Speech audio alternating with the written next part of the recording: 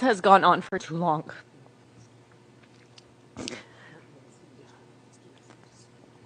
I want the whole world to know that I'm a human being. At the end, I am not pen on paper. I'm not anonymous. I'm a human being created by God. Thanks.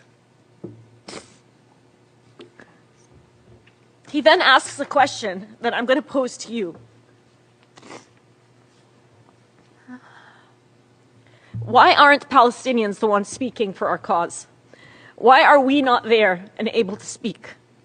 The Palestinian people, the people in Gaza. Why not me? Why not my neighbor? Why not my colleague?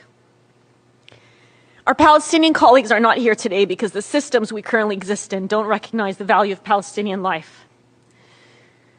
I'm going to end by some reflections from myself and my colleagues who recently came back from Gaza.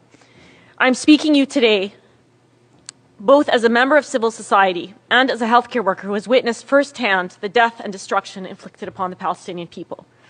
We've spent the last 14 months watching as the most live-streamed and documented genocide in history has been met with silence, widespread propaganda campaigns justifying the unjustifiable, silencing and discrediting those who have attempted to expose it. The eyewitnesses that have made it out alive consistently reported crimes that in any other context would have led to sanctions. But here, after 14 months of the most grave breaches of humanitarian law, gross violations of human rights, barbaric war crimes, it is met with impotence by individuals, countries, and the very institution represented by this building. One day, someone will dig up the records of our testimonies, pleading for 14 months. They will dig up the records of Palestinians covering their own genocide when international journalists were unprecedentedly banned from entering. Palestinian children setting up press conferences to tell the world that their lives mattered. We will have to reckon with that history. The precedent that's been set in Gaza, as some of my colleagues here have mentioned earlier, it's going to spread everywhere throughout the world. It signals the demise of rule of law. We've already seen it spread to Lebanon. And as one volunteer surgeon said, when I was in Gaza, I felt like it was a prelude to the end of humanity. If solidarity with your fellow humans is not enough of a reason to act, think about how this is going to spill over. This should be frightening for everyone. I recognize that the words I shared with you today are heavy. But these words pale in comparison to the reality experienced by Palestinians for over 400 days and 76 years before that.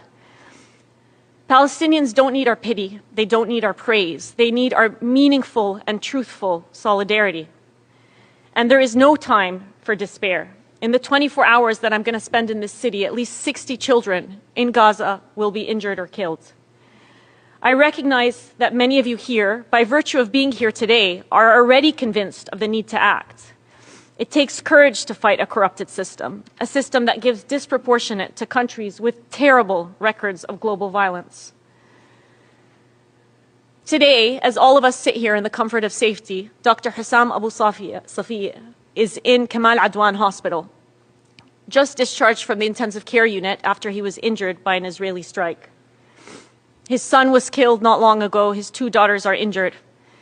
And yet he continues steadfastly to provide care for his patients. He said a few days ago, we will continue to provide this service at any cost to ourselves. The courage and action by Palestinian healthcare workers in the face of this genocide presents an exemplary model for all of us. The question I want to last leave you with is, what are we risking? Thank you.